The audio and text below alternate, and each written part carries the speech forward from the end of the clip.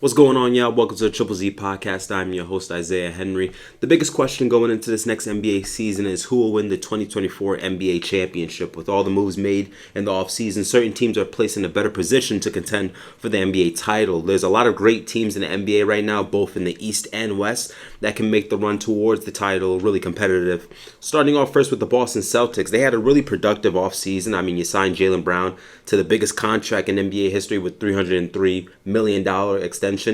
With that signing, I mean, Boston is clearly saying that they have confidence in Jason Tatum and Jaylen Brown being a duo that can win a championship together. Then you also have that addition of Kristaps Porzingis is another sign that helps your team on both ends. He's able to create more spacing on the floor. Last season with the Wizards, he did average 23 on 38% shooting from three. We know that Boston's a team that likes to put up a lot of threes, and Porzingis helps them with creating more spacing for people like Derek White, Jrue Holiday, Jason Tatum, Jaylen Brown to get downhill more. Also with Porzingis, his interior presence will be felt as well with his rim protecting and shot blocking. The only concern with Kristaps Porzingis is that his health isn't always reliable. I mean, last season he did play 65 games, but prior to that, he hasn't played 60 games since his second year in the league. So hopefully he's able to stay healthy and provide Boston another offensive option on the court. And then ultimately, the most recent trade, Jrue Holiday, he gives them a much better chance of winning the NBA championship. I know you did have to give up Brogdon and Robert Williams, but when you acquire Jrue Holiday, you easily get the best two-way guard in the league. He fills in that leadership role since Marcus Smart is gone. The man is a champion. He was a crucial role to that championship run back in 2021 when the Milwaukee Bucks defeated Knicks Suns. So he knows what it takes to win at the highest level. And I believe the combination of Jrue Holiday and Derek White will most likely be the best defensive backcourt in the league. I mean, Boston has a great chance against anyone in the league. I'm looking forward to their matchup against the Bucks, who's a serious threat in the East as well. I mean, the duo of Dame and Giannis is going to be a problem. I mean, you have a point guard that's capable of dropping 70 points, and you have a force like Giannis who's unstoppable in open court. Now, obviously, with the Boston and Blazers trade, you did lose your best perimeter defender in Jrue Holiday, but overall, defensively, the Bucks are still solid. I mean, Giannis seems pretty motivated defensively after being left off the all-defensive team last season. Brook Lopez was a finalist for Defensive Player of the Year. Hopefully he's capable of giving the same effort on the defensive end. Chris Middleton is a solid wing defender. Bobby Portis, who will guard anyone really. Even if it's clearly a mismatch, he's going to find a way to put a good effort defensively. With getting Dame on the Bucks, it makes Giannis' life easier in Milwaukee. I mean, the Bucks offense will get stale if Giannis is struggling offensively, and then you will look for people like Jrue Holiday and Chris Middleton to pick up the slack to help out Giannis, but sometimes they couldn't get the job done. When you bring in Dame, you have one of the best shooters, efficient scorers, playmakers, and honestly, one of the clutchest players this league has to offer. I like their chances, and if Milwaukee wins the title this year, I mean, we're talking about a dynasty formulating in Milwaukee. I mean, that's 2 championships in the last 4 years. I mean, this Bucks roster has potential to do great things this upcoming season. Speaking of championships, let's talk about the reigning defending champs, the Denver Nuggets. One question that's always asked when a team has recently won a championship is, can they go back-to-back? Can they win another one? I mean, with the Denver Nuggets, they can absolutely go back-to-back. I mean, you have the best player in Nikola Jokic, one of the best point guards in the Western Conference, Jamal Murray, who had a great postseason, averaged 26, 7, and 5 on 51, 39, and 90% from the floor. I mean, Aaron Gordon, who I believe can make an all-defensive team. I mean, some of the defensive assignments he was assigned in last playoffs weren't easy assignments. I mean, we're talking about Karl Anthony Towns, Anthony Edwards, Kevin Durant, Devin Booker, LeBron James, Anthony Davis, Jimmy Butler, Bam. I mean, these weren't easy assignments. So he did a solid job of containing all those players, all those all-star players, from really torching the Nuggets. And then you have your shooters in KCP. Michael Porter Jr. is always good to have in your rotation. I will say losing Bruce Brown is a small dent. I mean, with Bruce Brown, he was someone that can come off the bench and change the momentum of a game. Denver, I mean, really relied on him for giving solid production, which he did almost every night. But with losing him, you get other players like Reggie Jackson and Christian Brown to step up. So hopefully they can provide Denver with another option coming off the bench. Moving on to the Phoenix Suns.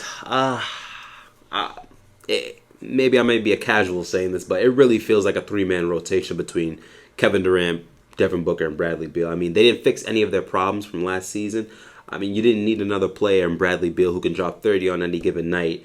I mean, What you needed was solid role players and a bench you can rely on to maintain a lead or even extend a lead. Just because you have three great scorers doesn't make you a championship roster.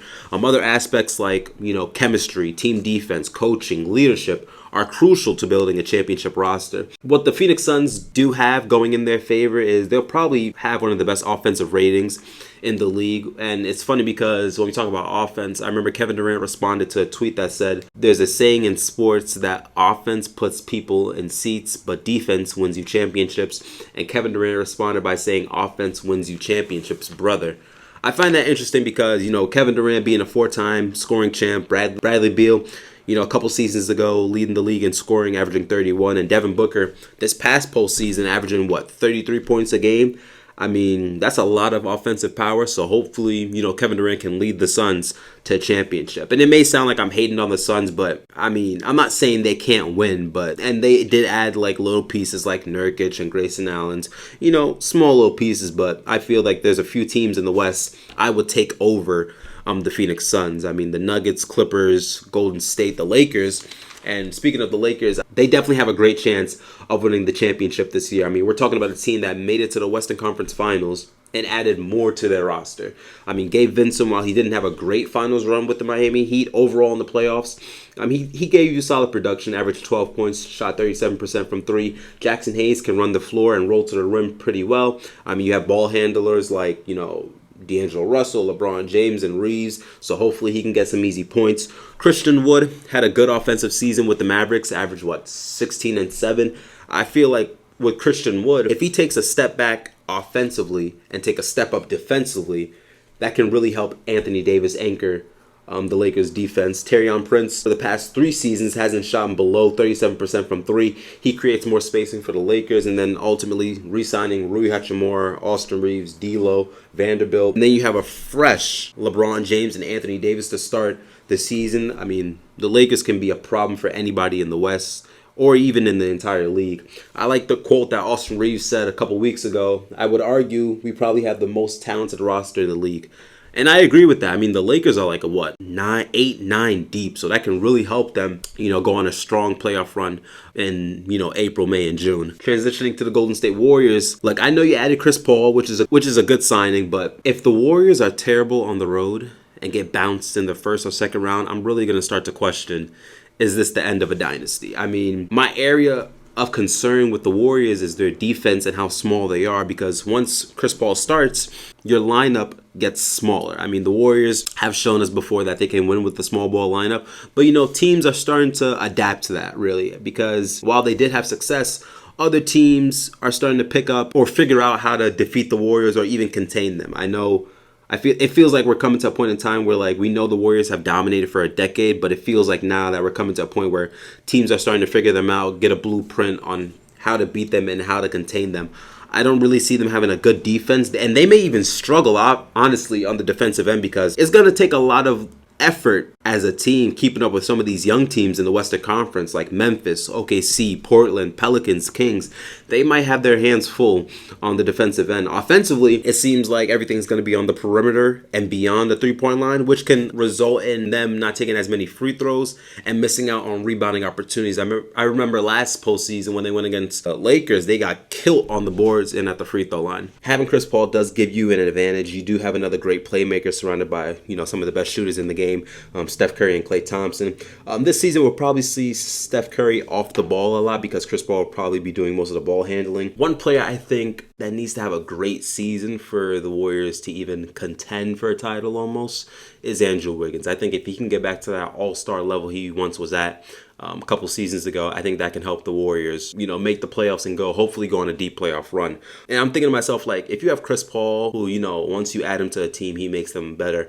Hopefully he can help, obviously Kuminga, but also Andrew Wiggins as well, game improve. I mean, if Chris Paul can make DeAndre Jordan a first-team All-NBA player, I think he can help Andrew Wiggins become an all-star this year. Moving back to the Eastern Conference, I mean, the Cleveland Cavaliers, everyone's focused on the two-headed monster between the Bucks and Boston ultimately, and, other teams outside of those two teams, get forgot. Cleveland, their ceiling can be the Eastern Conference Finals. They potentially have They could potentially end up as the third seed in the Eastern Conference. I mean, you have a great backcourt between Darius Garland and Donovan Mitchell. Your front court of Evan Mobley and Jared Allen would definitely, those two on the front court will definitely anchor your defense. Cleveland did have one of the best defensive ratings in the league last season. They added a couple more shooters to their rotation, Niang and Strus.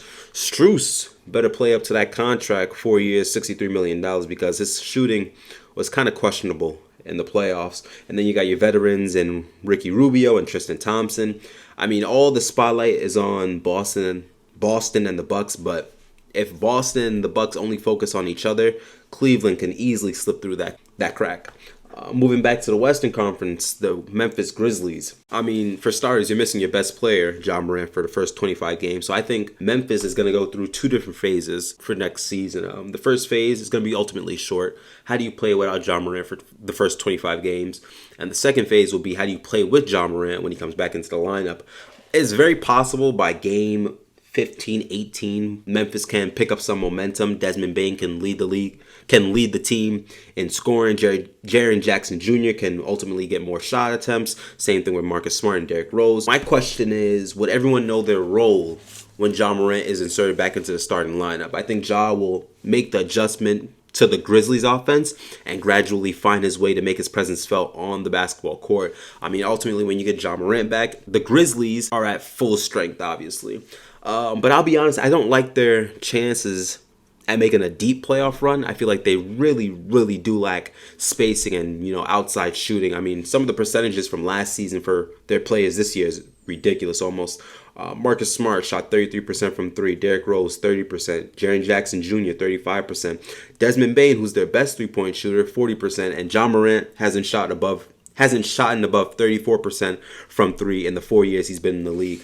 I mean, defensively, I feel like they got nothing to worry about because they have the defensive players from the past 2 years, Marcus Smart and Jaren Jackson Jr. Desmond Bane can defend on the perimeter. Steven Adams, Brandon Clark can maintain the interior. But offensively, I feel like they might struggle a bit, honestly, because of their space and because I just said the percentages because their spacing might give them a problem throughout the season, but they can probably find a way to fix that up and try to have a successful season. Moving on to the Dallas Mavericks.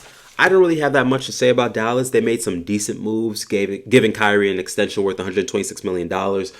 Grant Williams is a good signing. He gives you versatility on the defensive end. Shot nearly 40% from three with the Boston Celtics. You had another shooter in your rotation, Seth Curry. That he's going to be back, but Kyrie and Luka will be one of the best offensive backcourt in the league, but the Mavericks are pretty much like the Suns almost. They have great offensive talent, but outside of that, what else are you good at? I mean, there's a lot more complete teams in the Western Conference than the Mavericks. I wouldn't be shocked if the Mavericks aren't playing. I mean, the West is so packed and loaded, and there's a lot of great teams in the West. If you don't have, your offense and your defense and like the coaching and all that type of stuff and leadership, I mean, it's very hard to build a great team with the Mavericks. I don't think they're a great team. They're a pretty good, decent team, but I can see them struggling throughout the season. Moving on to the Clippers. I really hate to play the what if game, but if they can stay healthy with Paul George and Kawhi Leonard and the squad they have surrounding that duo, they can make it out of the West. They absolutely can. It's very disappointing that we haven't seen Kawhi Leonard and Paul George together a lot on the court in the postseason. I mean, but for the Clippers, the time to win is now because you have Paul George and Kawhi Leonard entering a new season together healthy. And I think that's a pretty big deal. I mean, they did some great additions, getting Westbrook back on the contract he was able to sign. Westbrook had a great postseason. I mean, he averaged 23, 7, and 5. That game one against Phoenix was special to watch. If you just look at the stat sheets, you're probably going to say he had a terrible game. But when you watch that game, nothing got past Westbrook defensively. And I feel like with Westbrook, he's in a new environment with the Los Angeles Clippers. It seems like he's helping that chemistry mesh well together. So that's always a positive to have on your team. Clippers are very deep, though. I mean, Terrence Mann is legit, especially on the defensive end. There's rumors even saying that he's untouchable in the Clippers organization. Norman Powell will most likely be a finalist for Sixth Man of the Year. I thought Mason Plumlee was a great pickup for them heading into the playoffs. Bones Highland, he's a flashy point guard, so hopefully he can learn from Russell Westbrook how to play the game well. I mean, Ty Lue, I know he's eager to get back to the finals. He hasn't been to the finals since what, 2018? I believe so. I could be wrong about that, but his last stint in Cleveland. So he can definitely be eager to get back to the finals or make a strong run at the title.